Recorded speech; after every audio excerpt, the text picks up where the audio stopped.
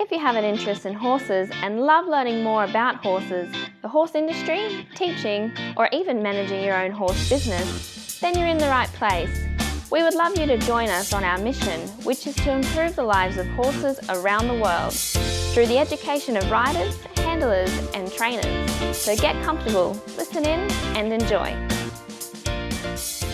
Horse welfare and safety are of utmost importance where humans have any interaction with horses.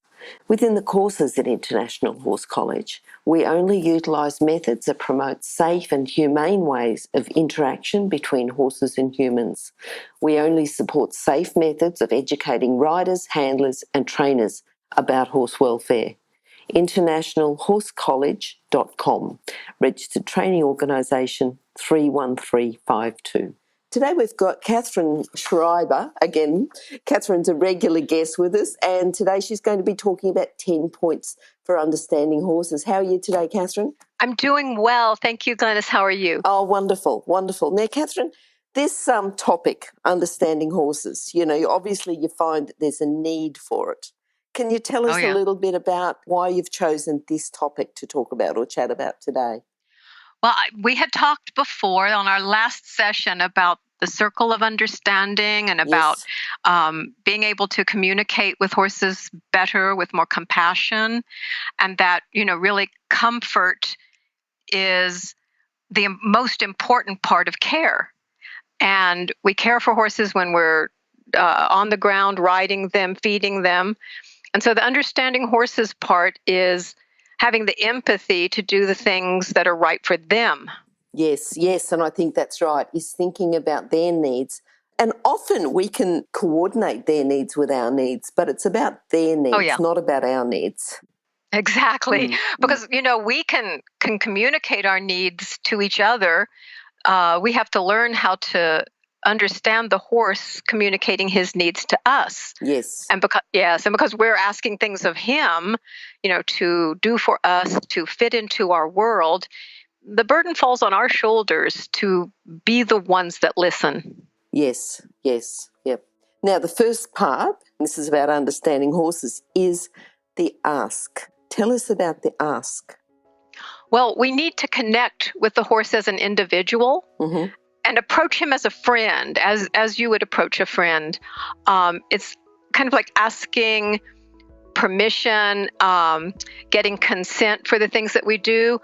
Like a slight hesitation can be asking permission to approach or touch him. We want that consent, that participation, and we want the horse to be comfortable. It's as simple as like making sure he's balanced before we mount. Okay. Yeah, all those aspects take into consideration his feelings, his emotional state, the condition his body is in, what may have happened to him an hour earlier or a week ago. Okay, yes. And is that where the listen comes in? The listen, yes. We ask the horse so that we are feeling his permission or feeling his connection. We listen because horses are constantly communicating with us. We need to hone our listening skills to honor their needs and the awareness. We see the world of horse people as being breakers, tamers, or communicators. The communicators are the listeners. Those who work with actual wild horses use an entirely different skill set than those of us who raise foals off of mares who grew up with humans, and those are acclimated to the ways of people. There's a place for both methods of schooling, and sometimes they overlap, the people who work with wild horses, those of us who work with the ones we raise. But the thing that horses are often asking us we need to listen to is, did you really mean that? Someone applies their aids when they're riding and the horse doesn't immediately respond. We need to be aware of, they may be saying, pardon me, what? What was that? How did you mean that? We need to be really clear. And to be clear, we have to hear them. Yes. And we don't always have to listen with our ears, do we? Oh, amen. That's right. Yep. All right. Now, the next one, direct.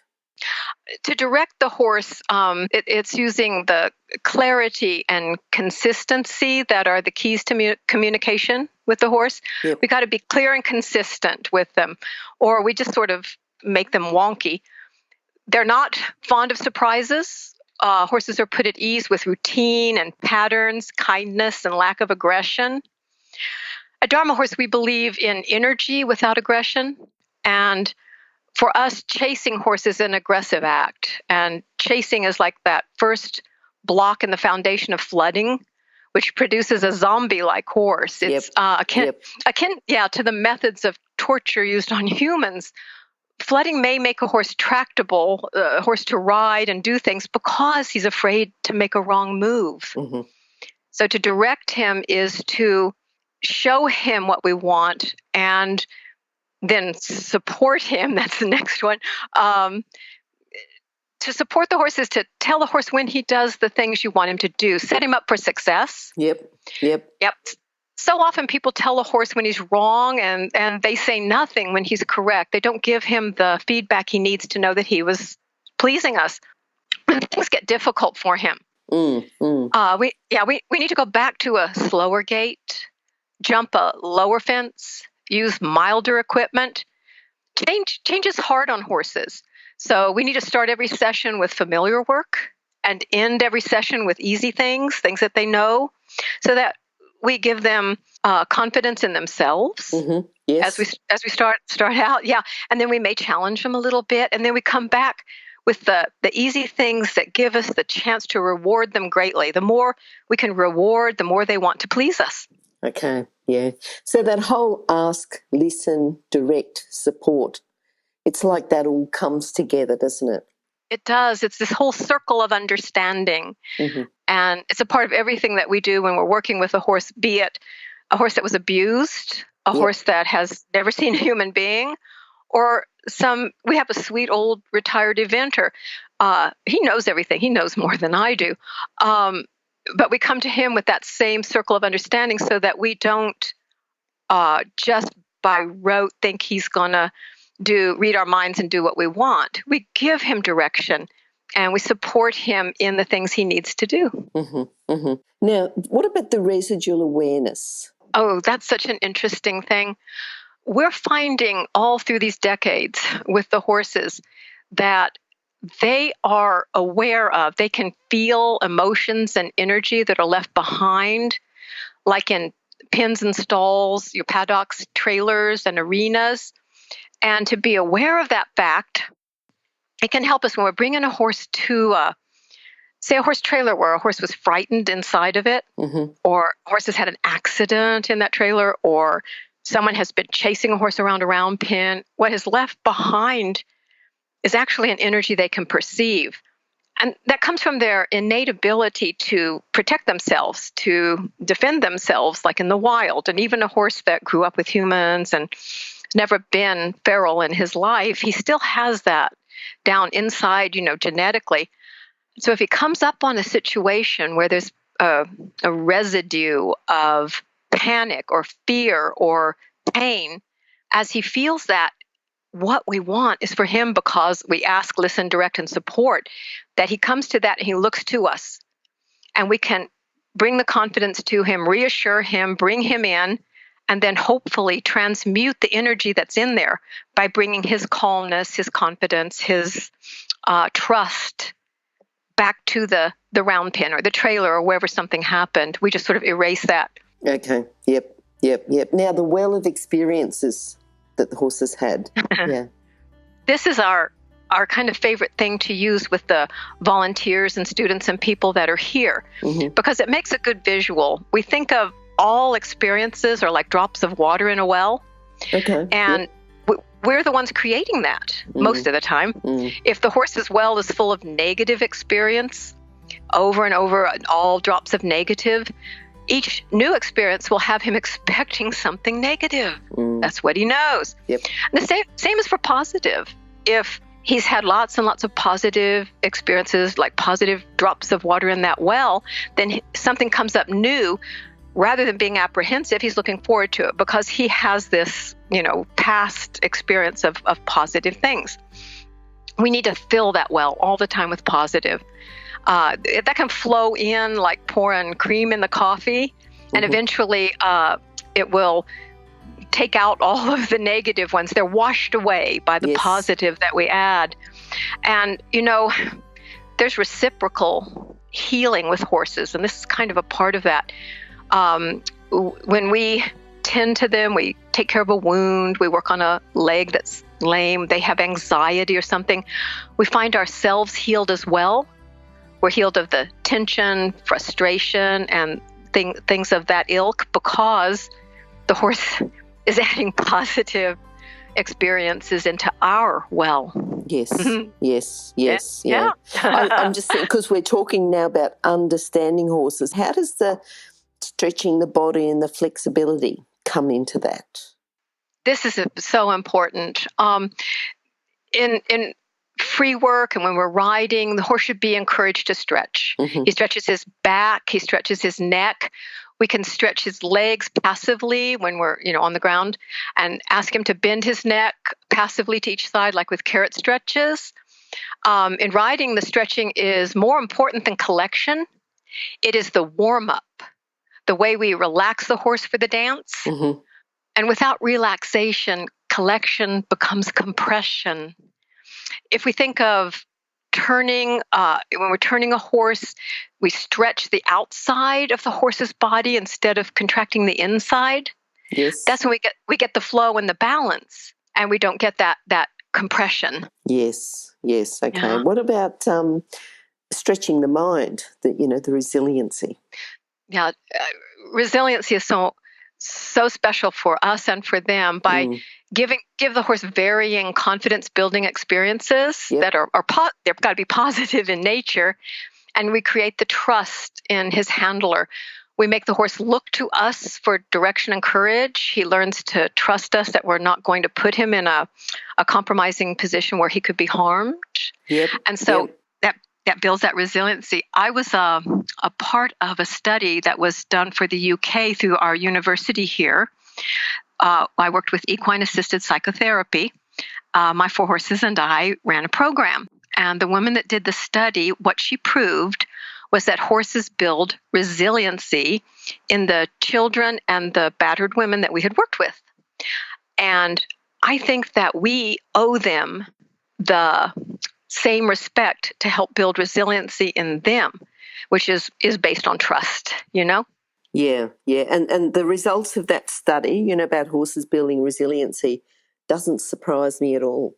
I mean, we know, it's funny because horse people know, people that have been associated, used horses for healing, not just for themselves, but for others. And those that have been associated with with horses for any length of time know that and understand it. But it's nice that science can come along and prove it. Yeah, but they didn't need to prove it to us. Yes.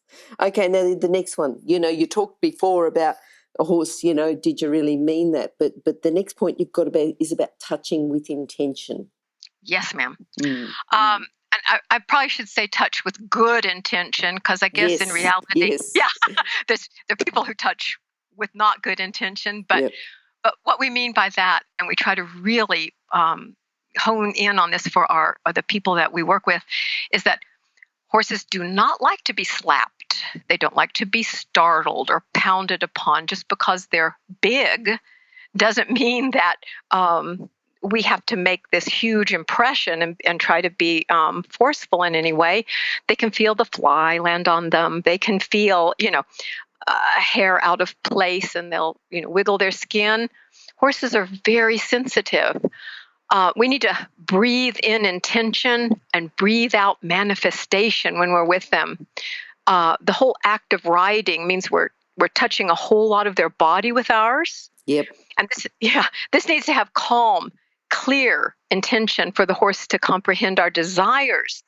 We're giving them a whole lot of information, and we want it to be really positive and edifying, and not scare them because they don't deserve it. Yep. Okay. Now, I think you've talked before about roots and branches, riding in alignment. Yes. Yeah. Well, and it's a concept, a way of thinking, how just like roots and branches of a tree connect, and it's so often difficult to tell them apart just by their looks. If you have something lying on the ground, I'll think an old dried up root is a branch. Yep. They connect. We need to combine our energy with the horse's energy. We can call it intent, attention, awareness. They're all energies. We make it hard to tell where we end and the horse begins. And when we ride a horse, we sit within the horse's energy field, and his energy field envelopes ours. So we do sort of become one. Yeah. The equipment we use on the horse will dull his perception of our pure intent, our pure communication. So the more severe the equipment, the more distracting it is to the horse. I've taught clinics where the only thing I did to fix behavior problem with a horse was to loosen the throat latch on the bridle. Yep. So he could breathe. Yeah. And we return to the simplicity of the walk, always return to the simplicity of the walk to bring the balance and that connection back to us. It's really logical, in the great concept of it, to keep the horse. He has his comfort zone, his safe zone, his flight zone, thinking of bringing everything together so that none of us get upset. But in the application, I think that humans lose sight of what the horse needs from us. All they're thinking about is what they want from that horse. Yes. And I think that was, something that you said. First of all, we've got to think about what the horse needs, not necessarily what we need. And if we think about their needs first, then we can still get our needs met. Exactly. They are benevolent beings. They never come to us with aggression. Yes. If something happens and someone gets hurt, it's usually because the horse is defending himself from something perceived as a danger or something frightening. Yeah. Katharine, how can people contact you? Through Dharma Horse? What's the best way? I mean, it'll be on Horse Chats, horsechats.com. They can go in and just search for Katharine with Katharine, and they'll get your chat, or else even Schreiber, Schreiber. But I think even if you go in and about understanding horses or something like that and do a search, I think you'll find these details. But tell us now, what's the best way for people to contact you? Probably the way to get all of our information, my information, is from the website, which is dharmahorse.org, DHARMAHORSE.org. And Dharma means to support. So Dharma Horse means support horses. Yep. And if you did miss those details, go to Horse Chats and that link will be on the website as well. So, Katharine, again, thank you for coming and spending the time to talk to us about Dharma Horse and about, understanding horses. And I know that you spend quite a lot of time with horses. And so, you've developed certainly a deep understanding of working with them. So thank you for chatting, and we look forward to chatting with you again next time. Thank you so much. Thanks, Katharine. Bye-bye. Bye-bye. If you've enjoyed this chat, then please comment, rate and subscribe. If you'd like any changes or recommendations for guests, then please contact us through horsechats.com. And while you're online, have a look at the government-accredited courses at internationalhorsecollege.com. Registered Training Organisation 31352. Remember that our comments and instructions are general in nature and do not take into consideration your individual horses or your individual ability and circumstances. If you enjoyed this podcast, then please leave your comment below.